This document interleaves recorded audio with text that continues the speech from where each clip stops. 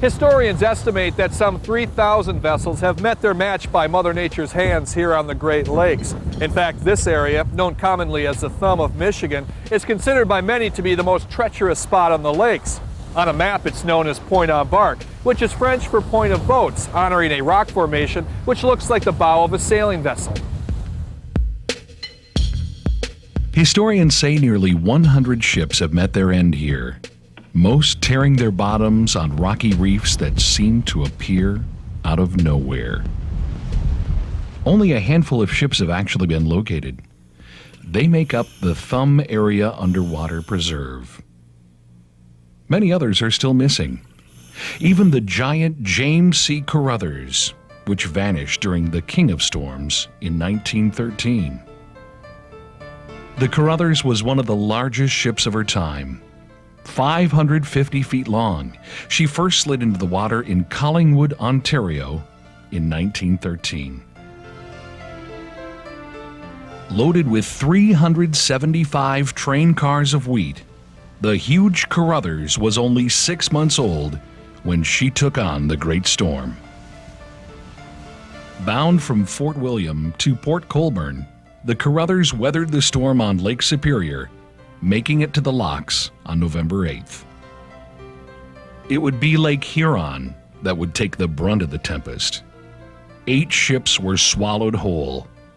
9 more were cast upon the beach like toys. The Howard M. Hanna was one of those stranded, tossed on the rocks at the Port Austin Lighthouse.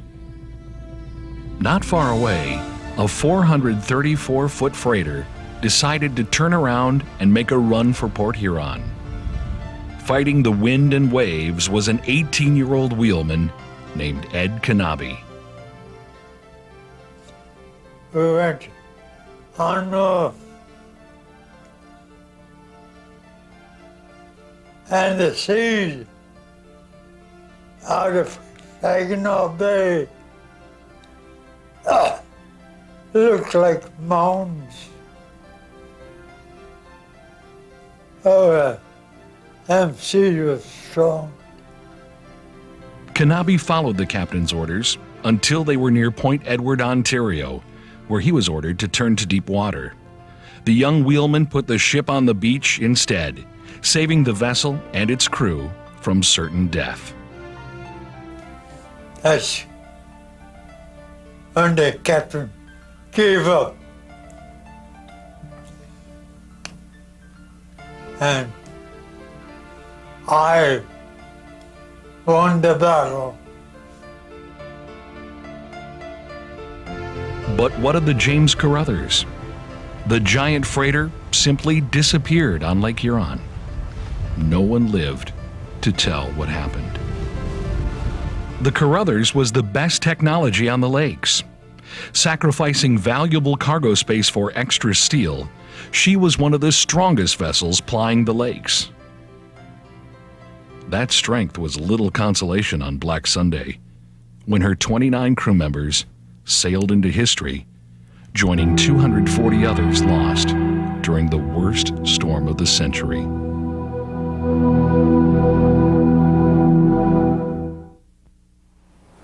It was rocks like these that destroyed the 5th largest vessel ever lost on the lakes. This area is known as Sawtooth Reef. And true to their name, they cut the brand new William C. Moreland to pieces. News accounts claim this dangerous reef has destroyed 16 ships over as many years. The first being the J.H. Pickens, which lost a crewman when she ran aground in 1894. How the 580-foot Moreland ended up here is still a mystery.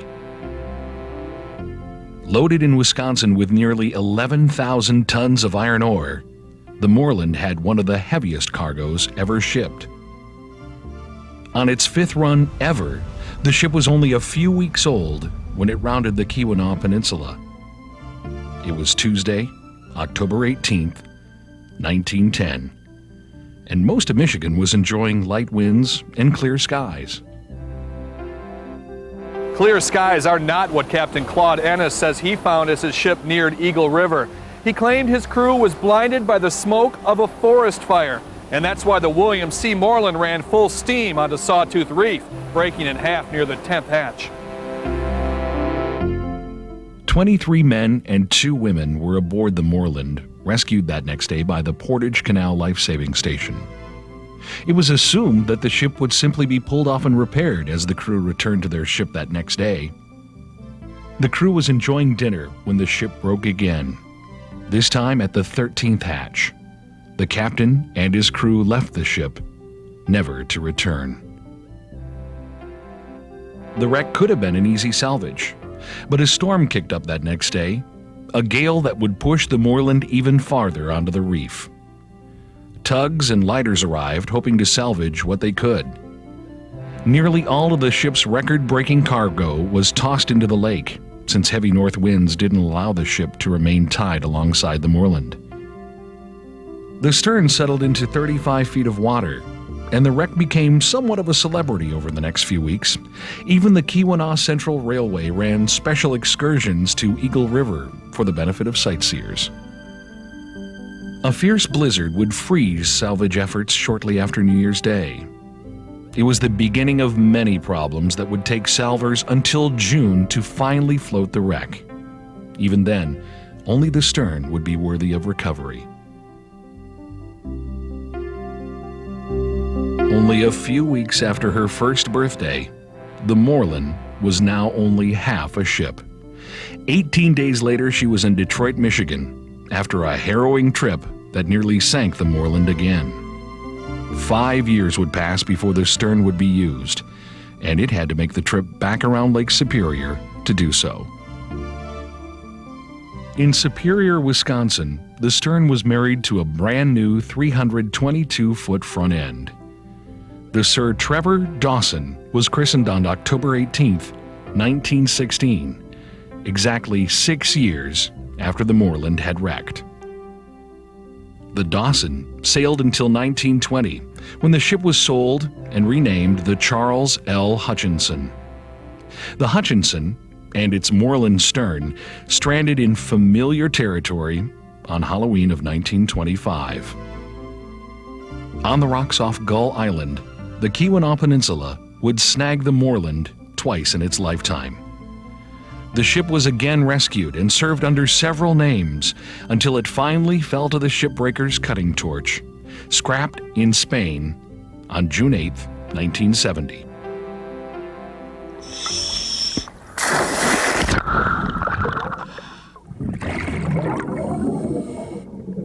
Today, the remains of the Moreland are only visible to scuba divers. They must brave Superior's icy waters for a look at what's left of the bow section.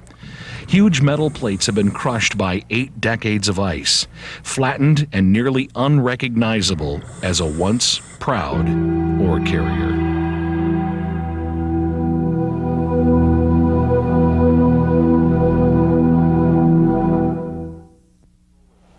It's ironic that poor visibility would also take the 4th largest freighter ever sunk. It was May 7, 1965, and thick fog cloaked even the mighty Mackinac Bridge, which stands over 500 feet above the Straits of Mackinac.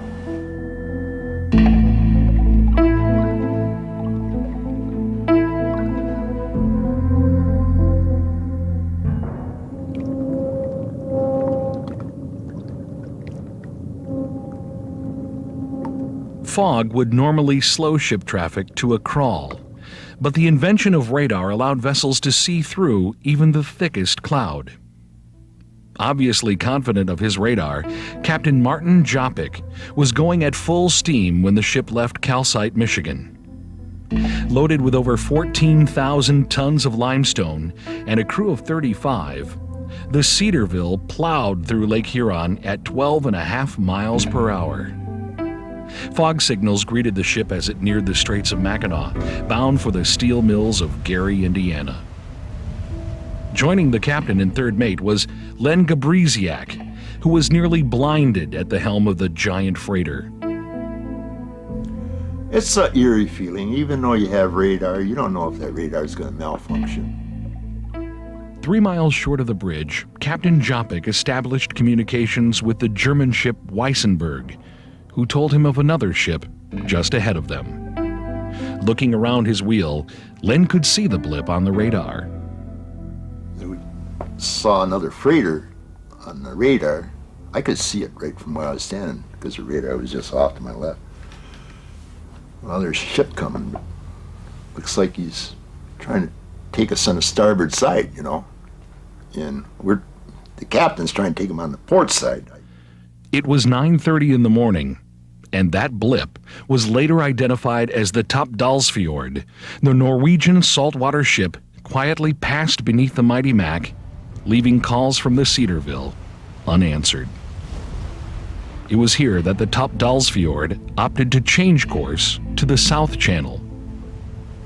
Third mate Charles Cook manned the radar aboard Cedarville, which showed the mystery ship converging.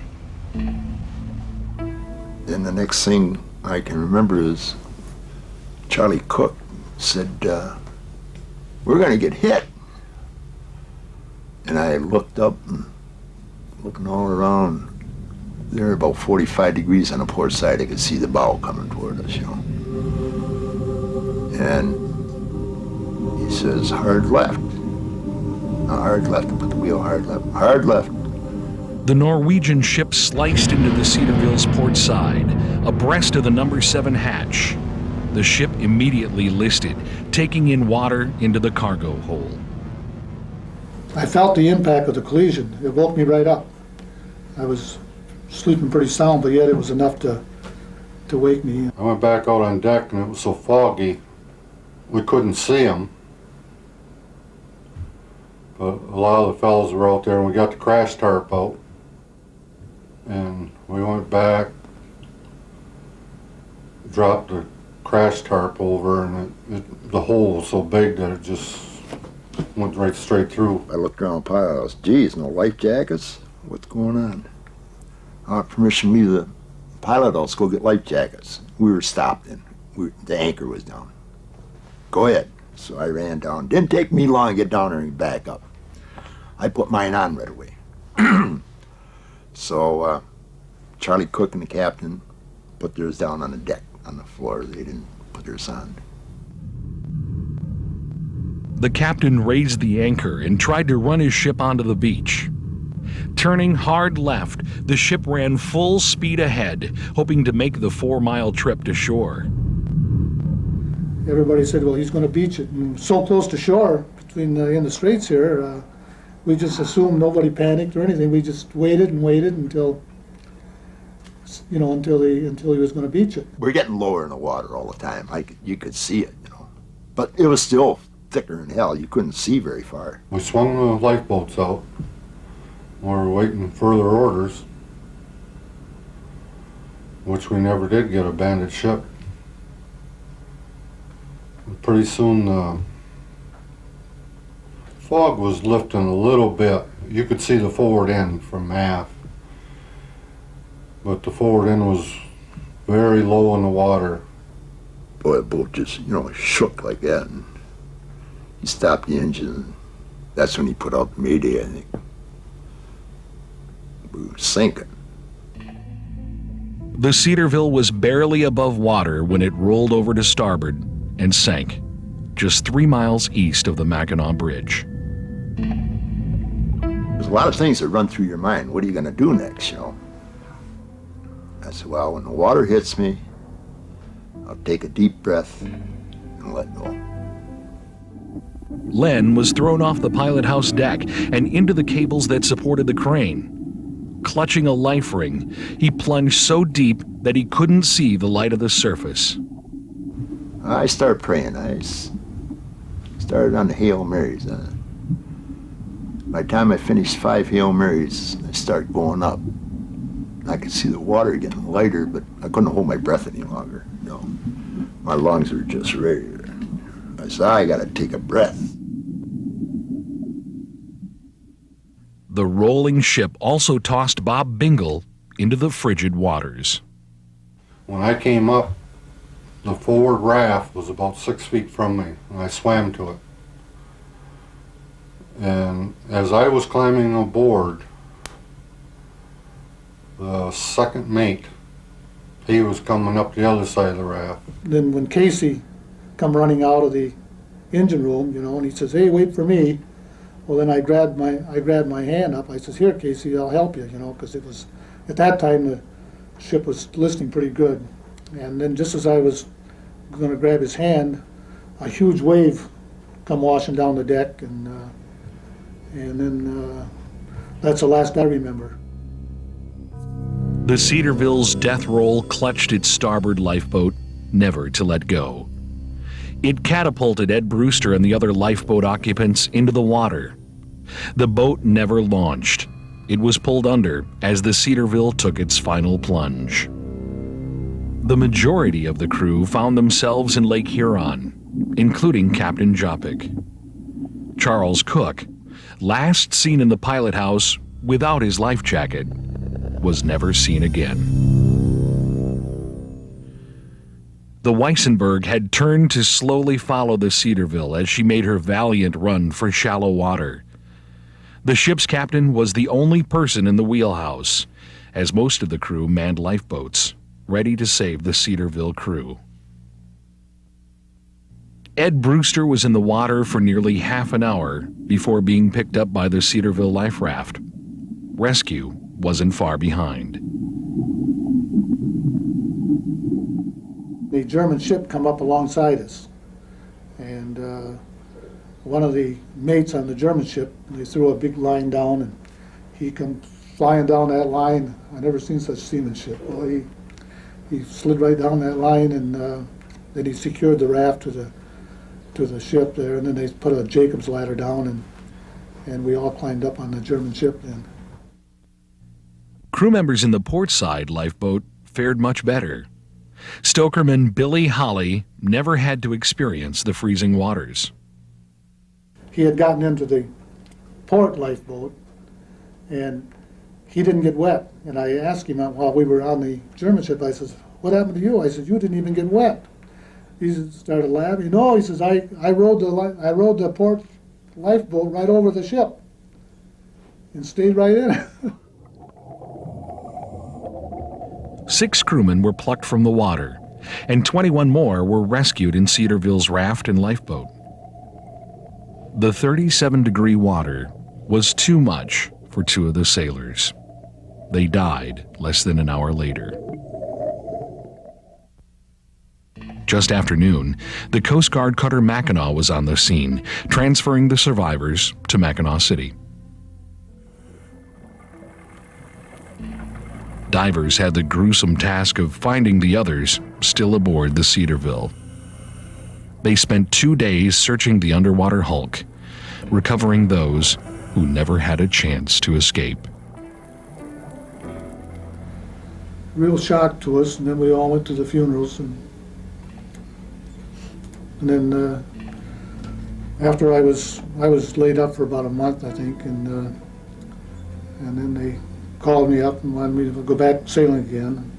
And I said, "No, I'm not going to quit." I couldn't walk. I was paralyzed.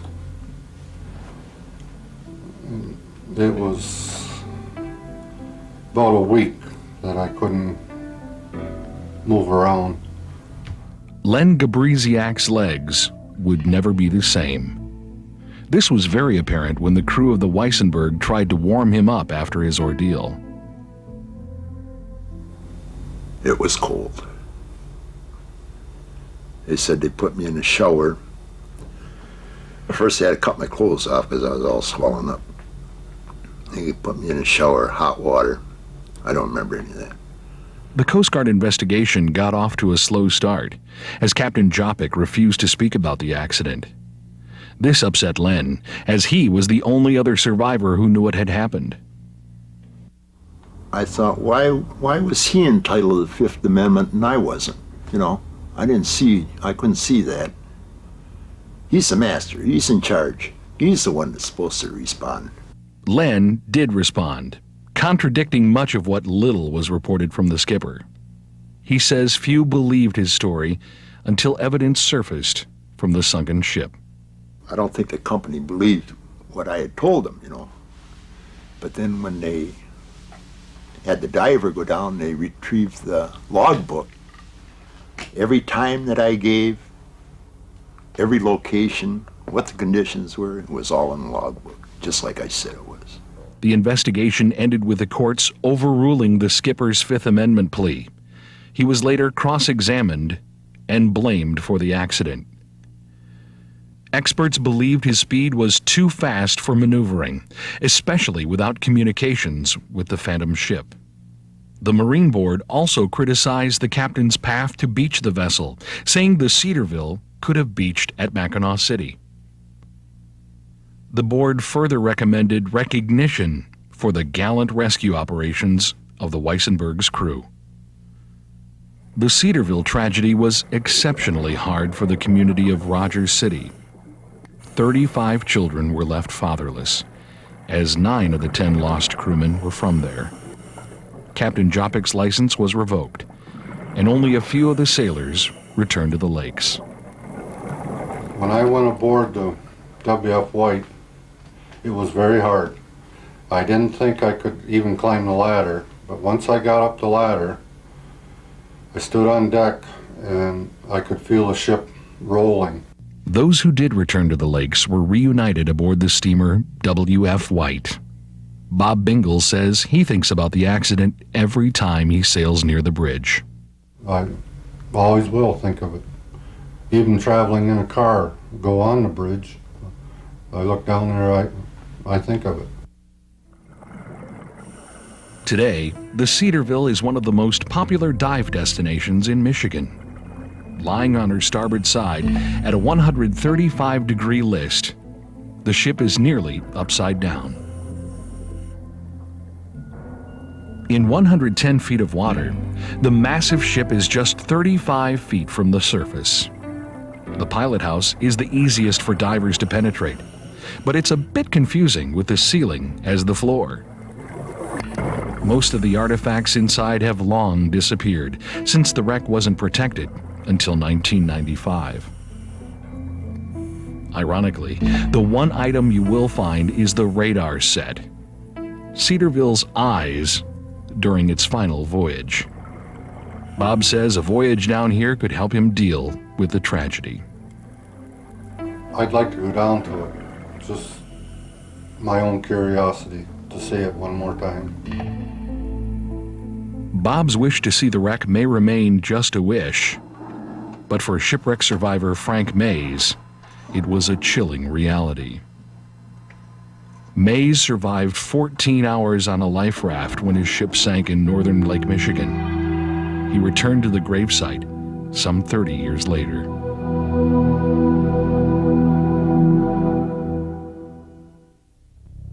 Frank Mays is one of 2 survivors from the Carl D. Bradley, the second largest freighter ever lost on the Great Lakes. It was also one of the first freighters lost by U.S. Steel, a company which had just recently celebrated an impressive safety record. One year there, we had a great big celebration, a big party. So it was the safest fleet in the world, and we got they give us awards and everything. And then right after that, I think about the same year after that, the spring of following fall, that's when the Bradley sank.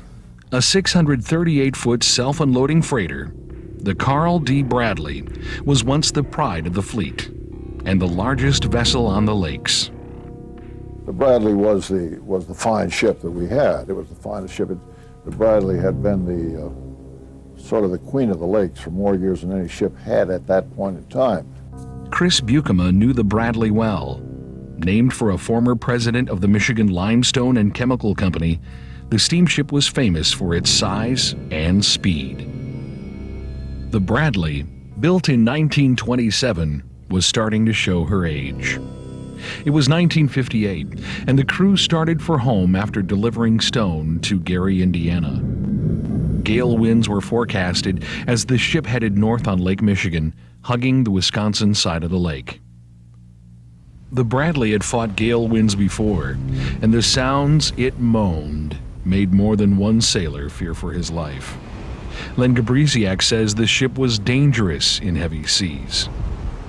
I remember in rough weather on Lake Michigan, the first time I was on there, I'd say to the watchman, "What's all that noise? You know, I hear that ping, ping." He said, "Rivets popping all the water tanks, side tanks, you know." What? The November winds quickly increased to 65 miles per hour, piling waves higher and higher as they pushed up the lake.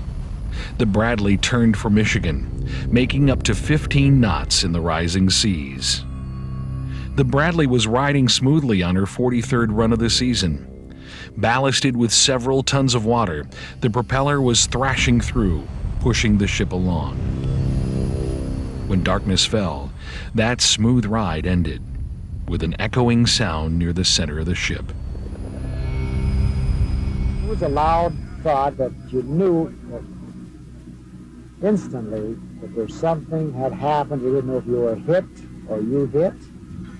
And we got up on deck, and that's when we saw that the stern was missing. First Mate Elmer Fleming looked aft from the pilot house and saw the ship was sagging.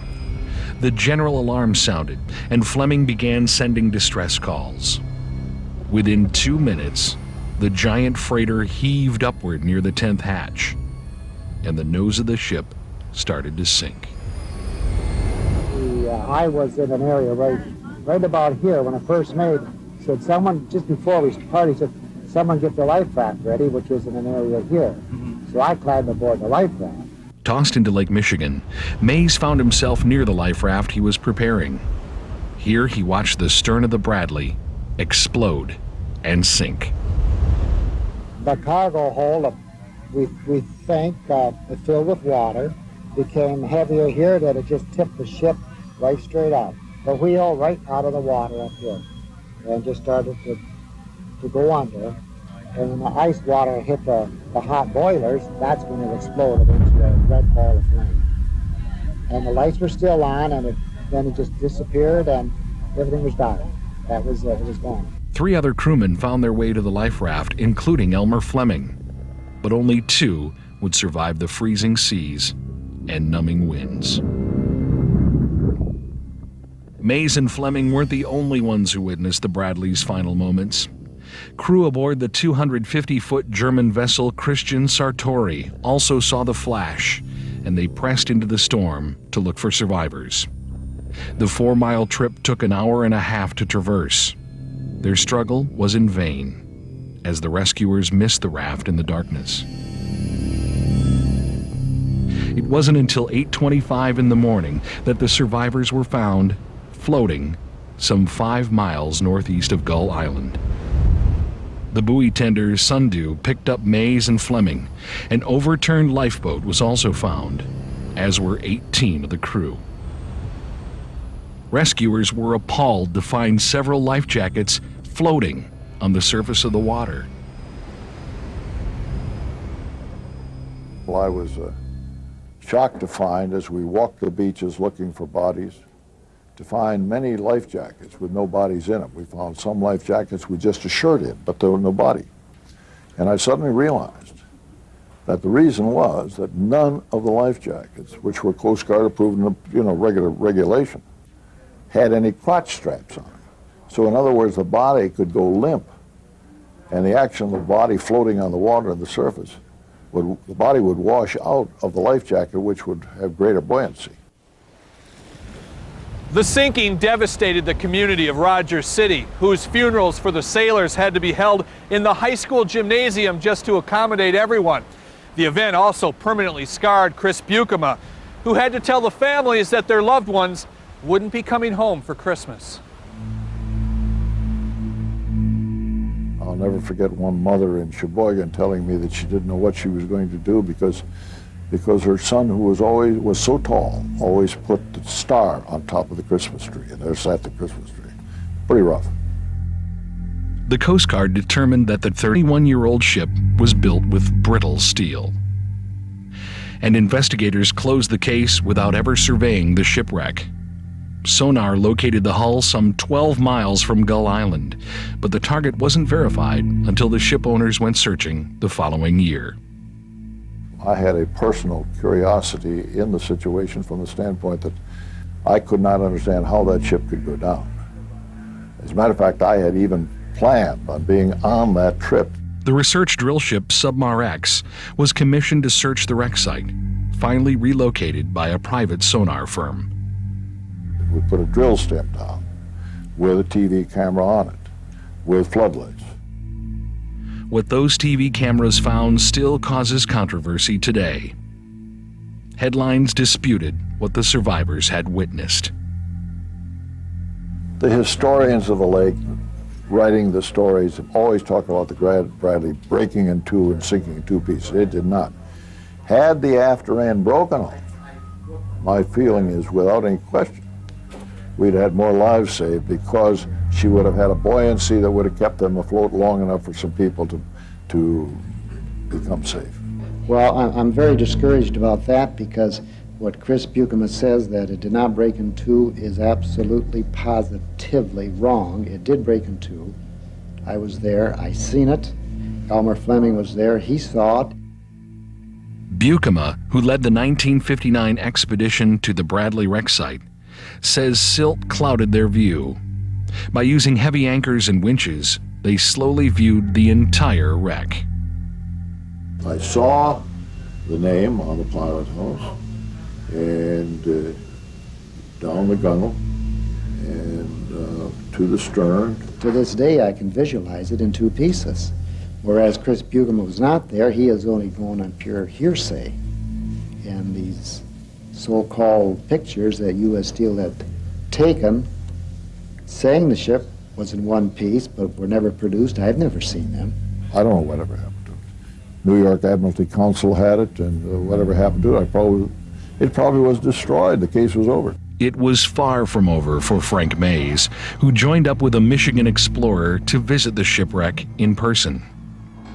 I was approximately 3 feet from it, and then the sub touched right against the side of the ship. And the part that we seen was the starboard side of the after end, and that part is sitting upright on the bottom. And it's just like it was parked there.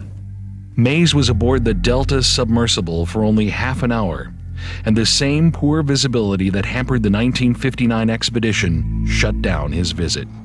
I wanted to see more of it, however, but through maneuvering, we got lost down there. And bringing safety in, it was decided to surface. But during the time I was there, I never thought that I would come that close to the ship again. Mays returned to the Bradley site 2 years later. This time, the team didn't risk human lives, instead opting for a remote camera. Mays says they have proof the ship is split in two, but like the 1959 expedition, no conclusive evidence has been released.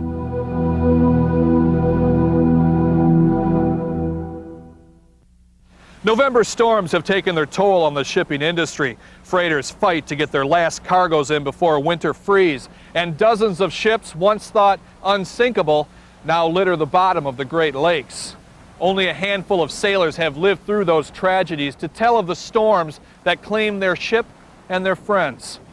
One of those survivors is Dennis Hale. Hale had 3 years of experience aboard the Morel when he rejoined his ship in November of 1966. Now a watchman, he was to sail to Minnesota for their last load of iron ore of the season. Storms chased the ship near Detroit, where they dropped anchor until the seas subsided. Here, the Morel's sister ship, the Edward Townsend, joined up for the same course to Minnesota. Traveling up Lake Huron, they kept in radio contact, watching the winds gradually increase. The captains discussed their options: returning to Port Huron or attempt safe haven near Alpena. The Townsend skipper didn't risk the trip to Thunder Bay. He opted to ride the storm out on lower Lake Huron. At midnight, he called the Morel. "I will call you back," was the reply. That was the last words heard from the Daniel J. Morel. On board, the storm rattled the anchors against the bow. It was hard for Dennis Hale to sleep. But at 2 a.m, a new sound echoed through the ship, and it wasn't the anchors. Well, when this happened, and my books came off my shelf, I stood up and reached overhead and put on a life jacket, opened my companion door, and walked out to the cruise hall and down the cruise hall to the deck. Here, Dennis met several crew members, including Norman Bragg. This wasn't the first time Norm Bragg had faced shipwreck. 13 years earlier, he abandoned the Henry Steinbrenner during a Lake Superior storm. 17 sailors died when the Steinbrenner plunged near Isle Royale. Now, he was about to see history repeat itself. He says, well, fellas, he says, I think it's time to go get in a life raft. So I went back into my room and searching for clothes. All I had on was my undershorts and a life jacket. And all I could find was my pea coat, so I put that on over me. The Morel hogged in the middle, a sign that she wasn't going to last much longer. The raft and its men were tossed from the deck and into the 40-degree water. Hale surfaced 30 feet from the raft. When I first saw it, no one was on it. And by the time I got to it, 2 other fellows had climbed aboard. And I told them we had to get into the storage compartment and fire off some flares because I heard that there was another ship in the area. The Townsend wouldn't see the distress flares. The crew of the Morel were on their own. Kind of settled down. I remember watching the bow start to sink. The back section of the ship would continue on, its propellers still spinning uncontrollably. It would sink 5 miles later. The voyage on the raft was just beginning, and Dennis would soon find out that 2 of his shipmates had already succumbed to the icy cold temperatures. 30-foot waves pounded the raft and the 2 survivors. Dawn came and passed, and the raft slowly drifted toward the tip of Michigan's Thumb. 19 miles from where the bow sank, the life raft was nearing land.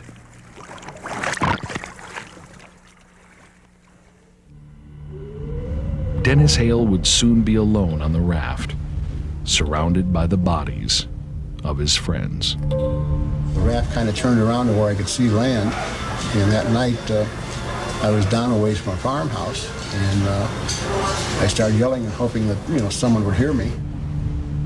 No one would hear Dennis, and he spent yet another freezing night on the raft. Morning arrived, and the wind and waves finally calmed. Daylight brought a visitor to the raft, an elderly man who told Dennis not to eat the ice on his peacoat.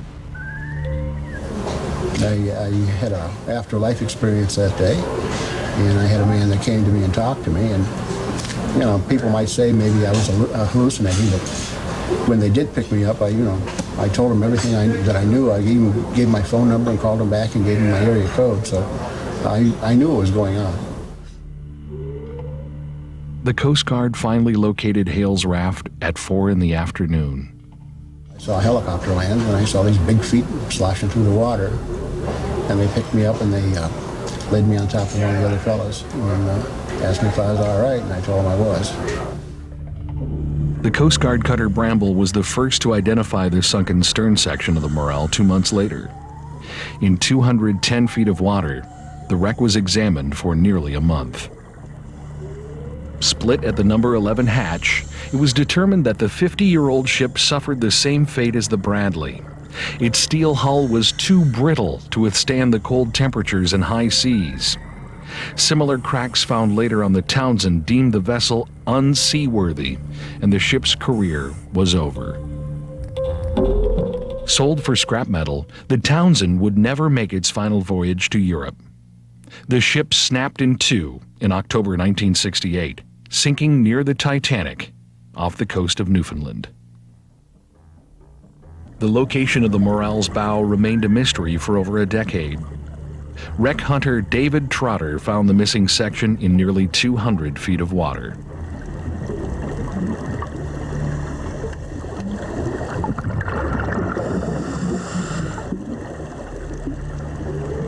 Hale continues to struggle with the loss of his crew. Frostbite took his toe and part of his foot, and he's written a book about his ordeal entitled Sole Survivor.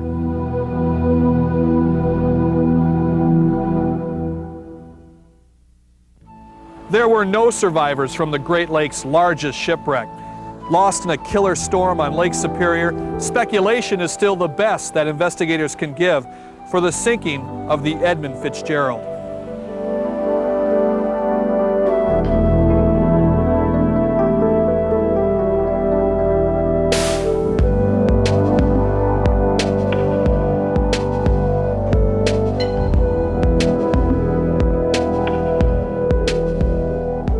Built from steel subassemblies in 1957, the Fitz was, at the time, the largest ship ever created for the lakes.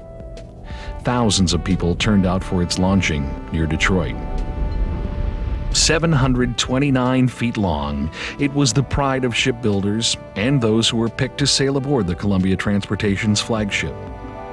The mighty Fitz broke many cargo hauling records, squeezing through the Soo Locks with more iron ore than any ship in history. Loaded with 26,000 tons of ore pellets, the Fitz was hauling more than she was originally designed for when she left Superior, Wisconsin for Detroit. It was soon apparent that a storm was brewing. Joining the freighter Arthur M. Anderson near Isle Royal, the duo opted to ride closer to the Canadian shore. Here, they took the waves before they could build. This course kept the two ships on time, but the faster Fitzgerald gained nearly 17 miles on the Anderson. The storm, now centered over Marquette, was at its worst.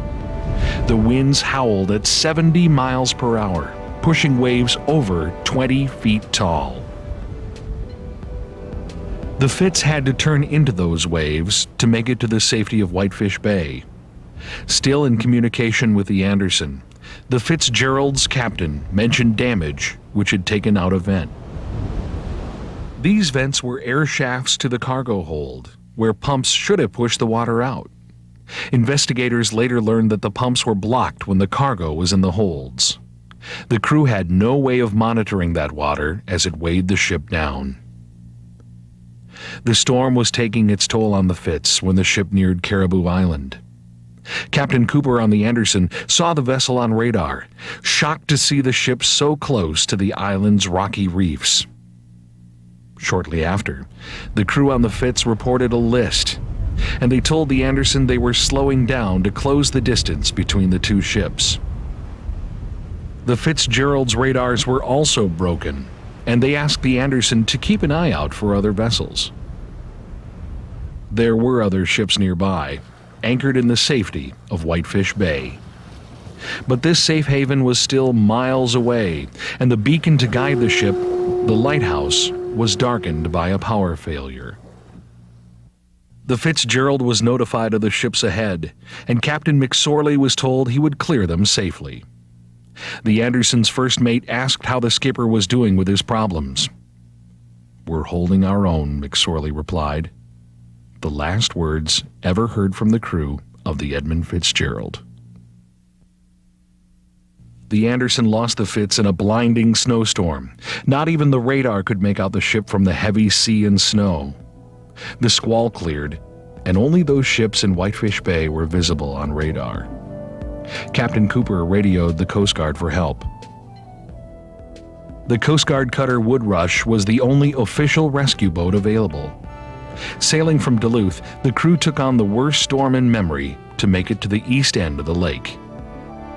Joining the Anderson and the William Clay Ford some 24 hours later, the Woodrush only came upon some loose debris.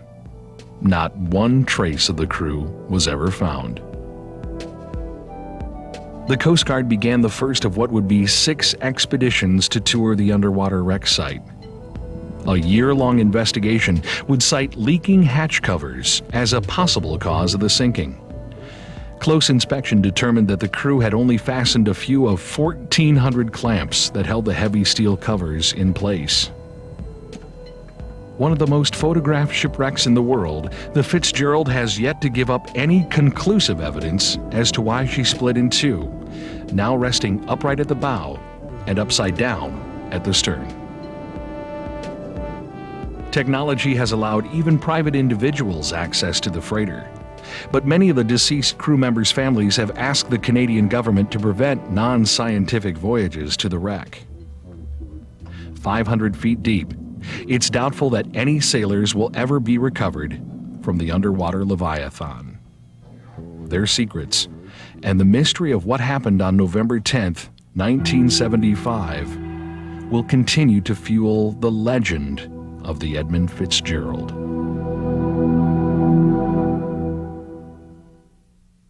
Historians note that shipwrecks seem to occur every decade. The 80s closed with the sinking of the Coast Guard buoy tender Mesquite, luckily without the loss of a single crew person.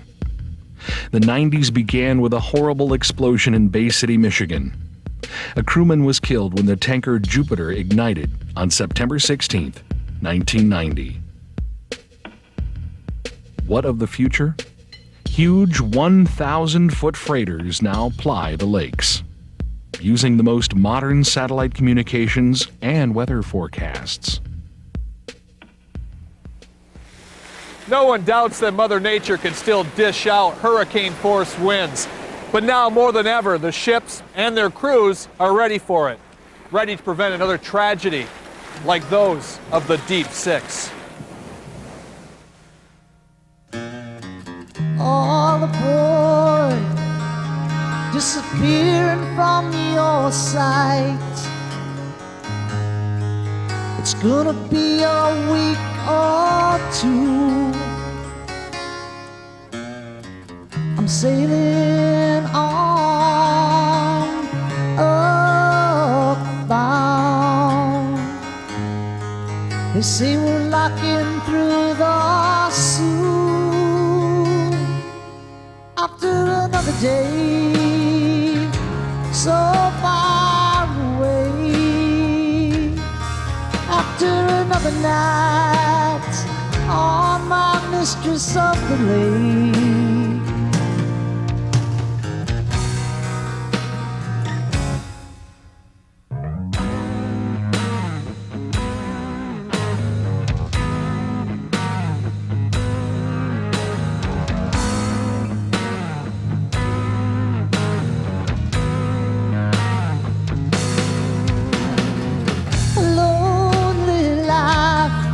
A sailor's lonely, lonely life.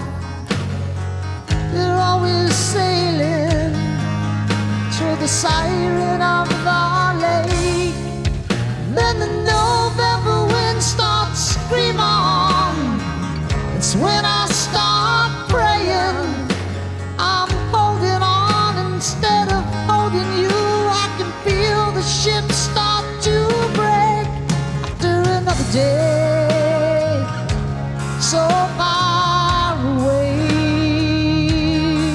After another night on my mistress of the lake. What can I do? I'm pushing closer to you. I've done all I can do. I'm pushing closer to you.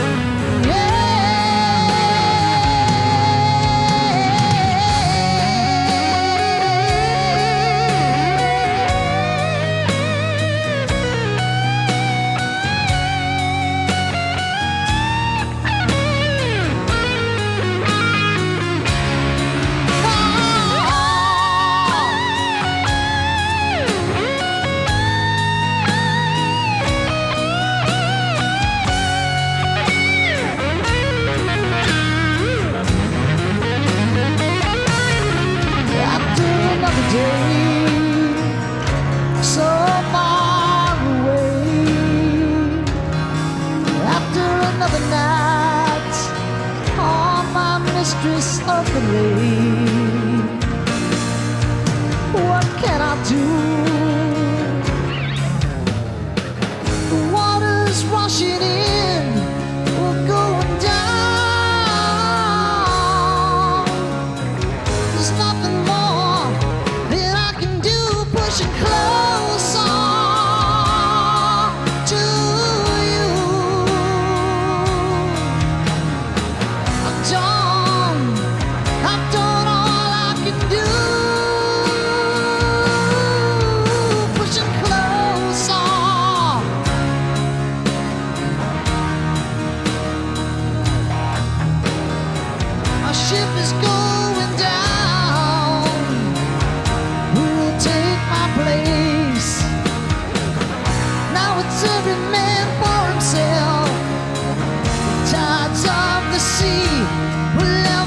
share.